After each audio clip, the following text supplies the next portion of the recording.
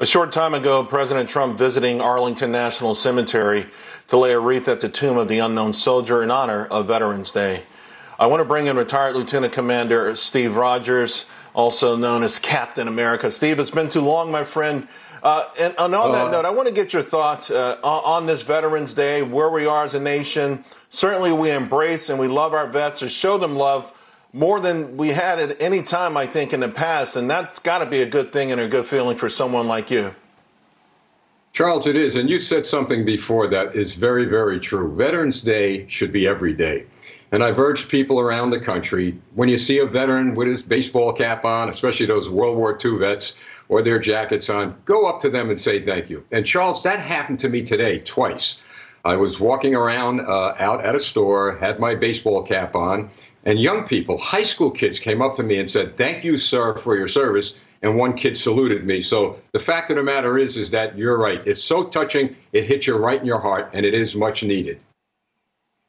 I'm getting goosebumps just listening to you talk about that, Steve. That's beautiful. I mean, I think that young people recognize that we've come a long way in this country, and you know, I just hope we stay this way and really honor and really believe that, you know, no, we got it. We take it. We cannot take it for granted.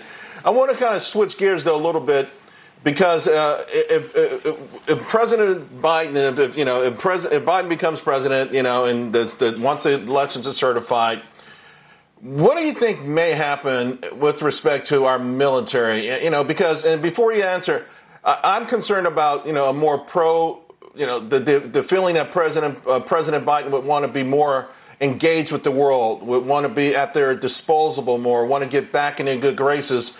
At the same time, though, military personnel didn't fare that well, at least when it came to incomes, right? In 2009, there was a pay raise of 3.9%. By the time the Obama-Biden team left office, that pay raise was only 1.3% a year. It's gone up every single year since President Trump has been in office, from 2.1% to 3.1%. And then forget about the equipment was dilapidated. How do you think the men and women in the military would fare under a Biden presidency? Well, I could tell you a Biden presidency will never be able to fill the shoes of a Trump presidency with regard to the United States military. Those men and women love President Trump. He took care of them. He took care of their families. He restored pride, and it was so much needed in the military to bring that pride back to the people protecting this nation.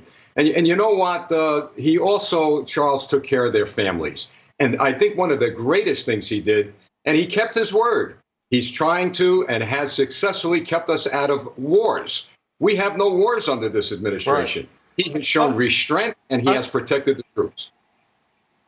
I'm glad you brought that up, because in Robert Gates, who, by the way, was defense secretary under Obama Biden, he wrote in his memoirs that Biden, quote, you know, that Biden was a good man, but that he'd been wrong on nearly every major foreign policy and national security issue for the past 4 decades. People are worried about the neocons in the Republican Party.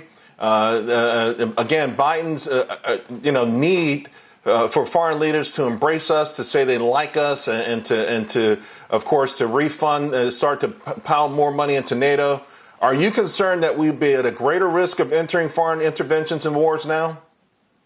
Yes, I am, because it's pretty clear to me that Mr. Biden is not doing what President Trump has successfully done, and that's keeping America first. I've looked at some of the policies, and I am concerned that America is no longer going to be first, but be second or maybe third in the eyes of a Biden administration. So I'm just believing that as we move along, I certainly want the president to be successful in his endeavors, but I've got to tell you something. What he did for this country, no one's going to be able to fill his shoes for a very long time. Steve Rogers, it's been too long. Thank you for your service, and we'll talk to you again real soon. Meanwhile, stocks are starting to, thanks. Starting to